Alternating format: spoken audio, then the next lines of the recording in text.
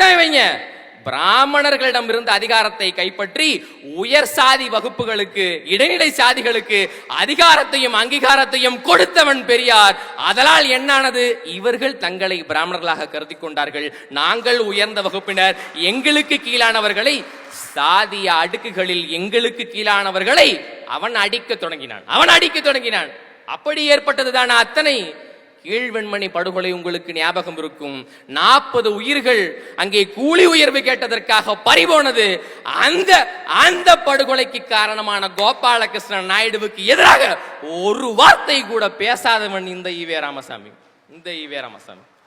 எரிச்சான்டா, கூலி உயர்வு கேட்ட போராடினவர்கள் எரிச்சான். அதுக்கு ஒரு மாசத்துக்கு முன்னாடி, இங்கே நிறைய பேருக்கு தெரியாத தகவல்களை நான் சொல்கிறேன்.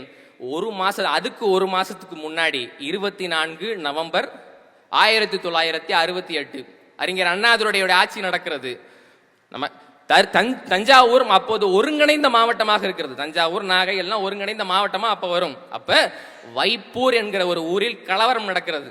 கூலி உயர்வு கேட்ட, அதே போல கூலி உயர்வு கேட்ட விவசாயிகளின் கைகளை வெட்டுறான், விரலை வெட்டுறான், மண்டைய உடைச்சு தீக்கி இரையாக்குறான். 6 பேரை வீடுகளை கொளுத்துறான். யாரு?